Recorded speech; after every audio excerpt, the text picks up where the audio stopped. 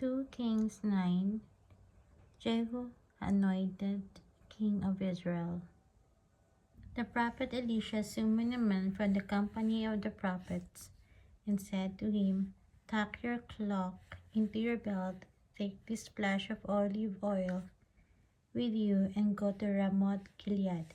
When you get there, look for Jehu, son of Jehoshaphat, the son of Nimshi. Go to him, get him away from his companions, and take him into an inner room.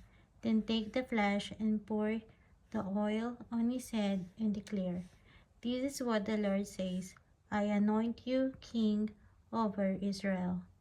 Then open the door and run, don't delay."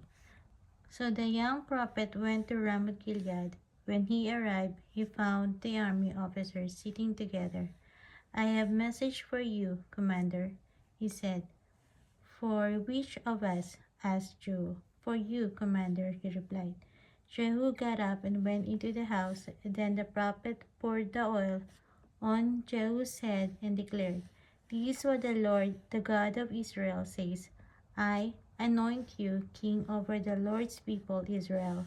You are to destroy the house of Ahab your master, and I will avenge the blood of my servants, the prophets, and the blood of all the Lord's servants shed by Jezebel. The whole house of Ahab will perish. I will cut off from Ahab every last male in Israel, slave or free. I will make the house of Ahab like the house of Jeroboam, son of Nebat, and like the house of Baasha, son of Ahijah. As for Jezebel, dogs will devour her on the plot of ground at Jezreel, and no one will bury her." Then he opened the door and ran. When Jehu went out to his fellow officers, one of them asked him, "Is everything all right? Why did this maniac come to you? You know the man and the sort of things he says." Jehu replied, "That's not true," they said. "Tell us."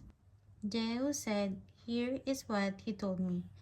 This is what the Lord says, I anoint you king over Israel." They quickly took their cloaks and spread them under him on the bare steps. Then they blew the trumpet and shouted, "Jehu is king."